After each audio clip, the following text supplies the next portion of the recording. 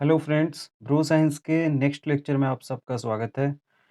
आज हम carbon compounds के सेकेंड लेक्चर को लर्न करने वाले हैं। आज हम स्टार्ट करेंगे होमोलोगस सीरीज। होमोलोगस सीरीज क्या होता है? ऑर्गेनिक कंपाउंड्स में कुछ पर्टिकुलर कंपाउंड्स एक ही कैटेगरी में रखे जाते हैं। कुछ पर्टिकुलर कंपाउंड्स एक ही पर्टिकुलर कैटेगरीज में रखे जाते हैं, जिनमें क्या होता है कि केमिकल प्रॉपर्टीज सेम होता है, बस उनमें कुछ स्मॉल डिफरेंस होता है, बट उनमें प्रॉपर्टीज कैरेक्टरिस्टिक्स सेम होते हैं। इसको हम डिफाइन कैसे करेंगे? A family of organic compounds having same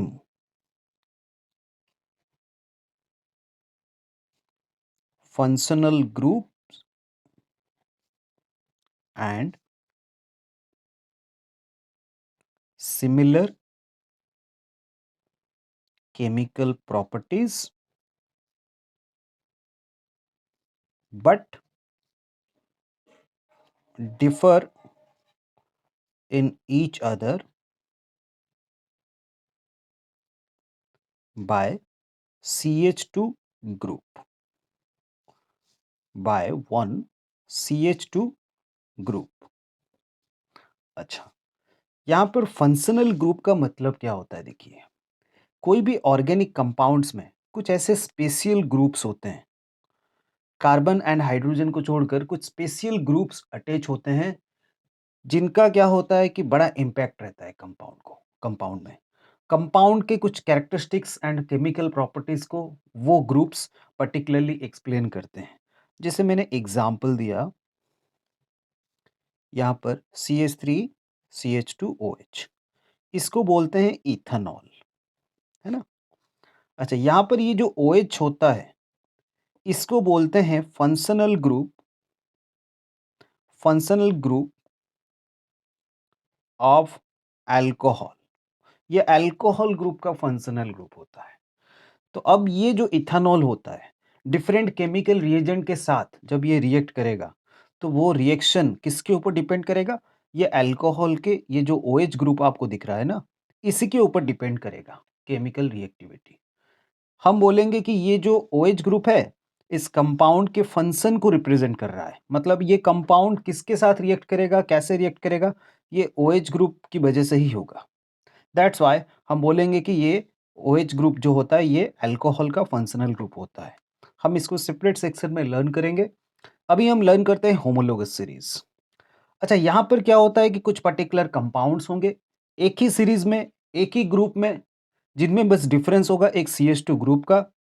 बस यहाँ पर क्या होगा, उनमें सिमिलर केमिकल प्रॉपर्टीज होगा। ओके, एक सिंपल सा एग्जांपल लेते हैं एल्केन का। एल्केन एक हाइड्रोकार्बन फैमिली का, हाइड्रोकार्बन का ही एक पर्टिकुलर फैमिली होता है। ये सेचुरेटेड कंपाउंड में जाता है, सेचुरेटेड कंपाउंड में जाता है। आपको पता है सेचुरेटेड कंपाउंड मतलब जिस कंपाउंड्स में कार्बन कार्बन के बीच में सिंगल बॉन्ड होता है। यहाँ पर मैं एक एग्जांपल लेता हूं, जैसे CH4, इसको बोलते हैं मीथेन। CH3 इसे बोलते हैं इथेन। CH3 इसको बोलते हैं प्रोपेन। ओके, यहाँ पर CH4 और CH4 एंड ये इथेन के बीच में क्या डिफरेंस है? देखिए, अच्छी तरह से देखिए। यहाँ पे मीथेन में एक कार्बन और 4 हाइड्रोजन, और इथेन में अच्छी तरह से ऑब्जर्व कीजिए, 2 हाइड्रोजन है और 6 हाइड्रोजन है। दो कार्बन और 6 हाइड्रोजन है, जबकि यहाँ पर एक कार्बन 4 हाइड्रोजन। अच्छा, दोनों में कितना डिफरेंस हुआ? बस एक कार्बन का और 2 हाइड्रोजन का डिफरेंस। मीन्स CH4 के साथ अगर हम एक CH2 ग्रुप कंबाइन कर लेंगे, तो इथेन फॉर्म हो जाएगा। मतलब जो फॉर्मूला होगा उसमें वो हो जाएगा इथेन का फॉर्मूला। तो इसलिए हम बोलेंगे कि मीथेन और इथेन में बस CH2 का फ़र्क है। उसी तरह से इथेन में देखिए, इथेन में CH3 फ़ॉर्मूला है, जबकि प्रोपेन में क्या है कि CH3 CH2 CH3। क्लियरली आपको विज़िबल हो रहा है, आप सबको डिफ़रेंस पता चल रहा होगा। इथेन एंड प्रोपेन में बस एक CH2 का डिफ़रेंस होता है। अच्छा, ये जो CH2 ग्रुप होता है, इसको बोलते हैं, CH2 ग्रुप जो होता है, इस ये एज़ एक कंपाउंड का पार्ट होता है, इसलिए हम इसे सिंपली एक हाइफ़न रिप्रेज़ेंट करते हैं। यहाँ पर प्लस साइन का मतलब इसलिए है कि मीथेन से एक CH2 ग्रुप ऐड कर देने पर इथेन, इथेन से एक CH2 ग्रुप ऐड कर देने पर प्रोपेन, है ना? अच्छा, ये CH2 ग्रुप जो होता है, इसको हम प्यार से बोलते हैं मिथिलिन ग्रुप। मिथिलिन ग्रुप, है ना? मिथिलिन ग्रुप बोलते हैं, ठीक है? एक कार्बन है और 2 हाइड्रोजन है, इसे बोलते हैं मिथिलिन ग्रुप। तो हम बोलेंगे कि होमोलोगस सीरीज़ में वही कंपाउंड्स आएँगे जिनमें बस CH2 का फ़र्क होता है या एक मिथिलिन ग्रुप का फ़र्क होता है। अब यहाँ पे ये तीनों मीथेन, इथेन, प्रोपेन ऐसे डिफरेंट जो एल्केन में जो कंपाउंड्स जाएँगे, उन सब का क्या होता है कि केमिकल प्रॉपर्टीज़ सेम होगा। मतलब जो भी केमिकल रिएजेंट के साथ रिएक्ट करेंगे, सबका प्रोडक्ट क्या होगा? एक जैसा होगा। ओके, सेम टाइप के प्रोडक्ट्स फॉर्म करेंगे। ओके, बट डिफरेंस क्या होगा? ओनली ये डिफरेंट कंपाउंड्स में एक CH2 ग्रुप का डिफरेंस होगा। ओके, चलिए अब हम नेक्स्ट एग्जाम्पल में मूव करते हैं।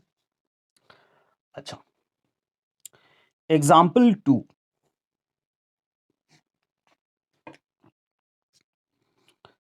अब एग्जाम्पल ले रहे हैं एल्कोहल्स का।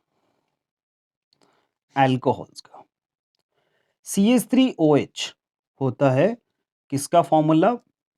मिथानॉल का। सिमिलरली CH3CH2OH जो होता है, ये किसका फॉर्मूला है? This is the formula of ethanol. Similarly CH3CH2CH2 जो फॉर्मूला होता है, वो किसका फॉर्मूला होगा? प्रोपेनॉल का। देखिए, ये तीनों कंपाउंड्स को बोलेंगे कि ये तीनों कंपाउंड्स एक ही अल्कोहल ग्रुप के अंडर में आ रहे हैं, मतलब अल्कोहल फैमिली के अंडर में आ रहे हैं।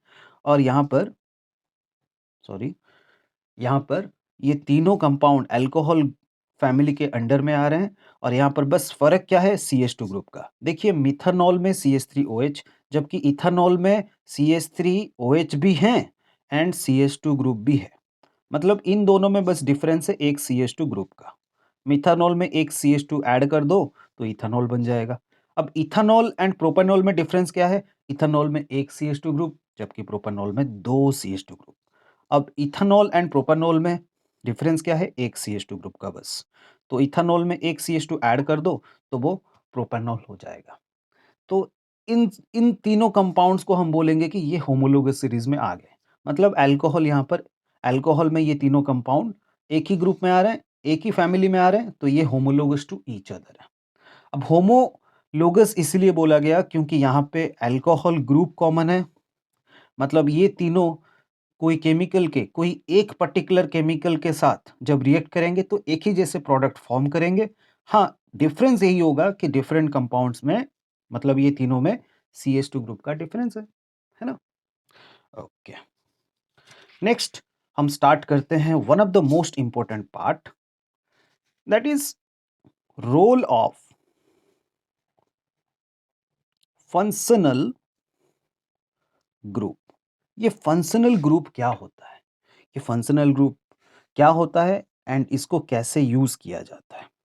देखिए, फंक्शनल ग्रुप